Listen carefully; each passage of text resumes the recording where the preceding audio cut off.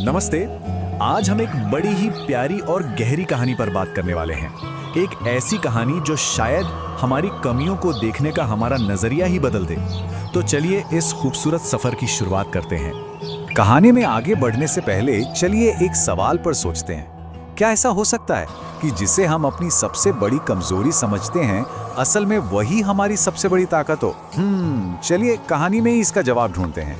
तो बात बहुत पुरानी है। एक गांव में एक किसान रहता था और उसके पास थे दो घड़े, जिनका इस्तेमाल वो रोज नदी से पानी लाने के लिए करता था।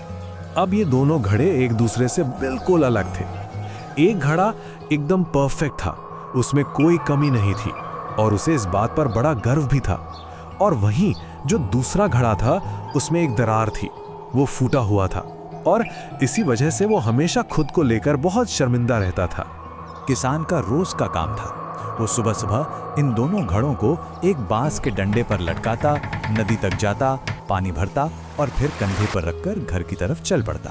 पर होता ये था कि घर पहुंचते पहुंचते फूटे हुए घड़े का पानी आधा रास्ते में ही गिर जाता था।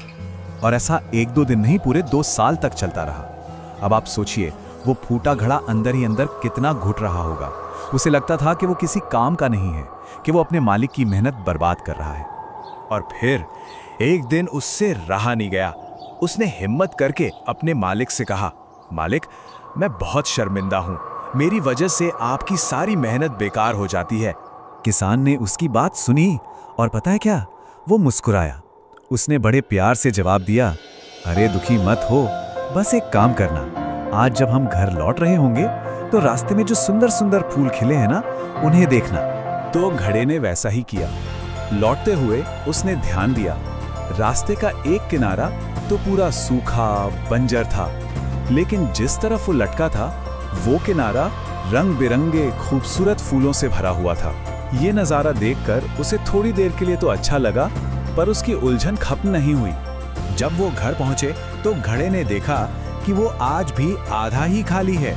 उसका सारा दुख वापस लौट आया। उसने फिर से मालिक से माफी मांगी और तब किसान ने वो राज बताया जिसने उस घड़े की सोच को हमेशा के लिए बदल दिया।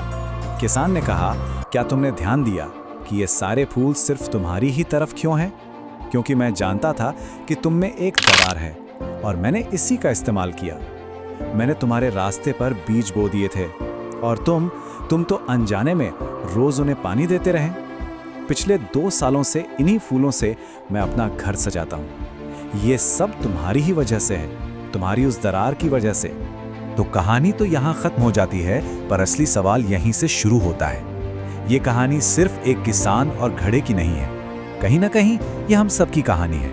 ये हमें सोचने पर मजबूर करती है कि जिसे हम अपनी कमी या फ्लॉ मानकर चलते हैं, क्या वो वाकई में कमी है या फिर हमारी कोई खासियत है। हम जिसे कमी कहते हैं वो आखिर है क्या?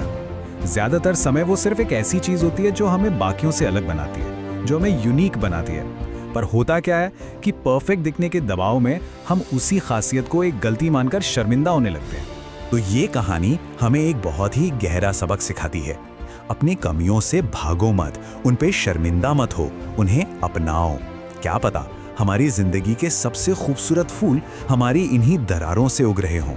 उस फूटे घड़े के शर्मिंदगी आज के जमाने के सेल्फ डाउट और इनसिक्योरिटी से बहुत मिलती जुलती है ना? खासतौर पर सोशल मीडिया के इस दौर में हम सब पर हर वक्त परफेक्ट दिखने का, परफेक्ट होने का एक दबाव सा बना रहता है और इस चक्कर में हम अपनी जरा सी भी कमी को बहुत बड़ा मानकर दुखी हो जाते हैं। तो फिर करें क्या? देखिए, सबसे पहला स्टेप तो ये है कि अपनी उस दरार को पहचानें और उसे स्वीकार करें, बिना खुद को जज किए। फिर दूसरा स्टेप, ये देखने की कोशिश करें कि उस कमी की वजह से आपकी जिंदगी में क्या अच्छा हो रहा है, कौन से फूल खिल रहे हैं। और आखिर में उसे एक कमजोरी नहीं बल्कि अपनी एक अनोखी पहचान की तरह देखें। तो सबसे जरूरी बात यह है कि हमारी ये जो कमियां हैं ना, यही हमें भीड़ से अलग बनाती हैं, यही हमें स्पेशल बनाती हैं। ये हमारी जिंदगी में ऐसे नए मौके ला सकती हैं जिनके बारे में हमने कभी सोचा भी नहीं होता। और जानते हैं, जब हम अपनी कमियों को अपना लेते हैं तो हम दूसरों की कमियों के प्रति भी ज्यादा रहमदिल हो जाते हैं। तो जाते जाते ये सवाल मैं आप सबके लिए छोड़ जाता हूं, जरा सोचिएगा, आपकी जिंदगी में ऐसी कौन सी दरार है जो अनजाने में ही सबसे खूबसूरत फूलों को सींच रही है?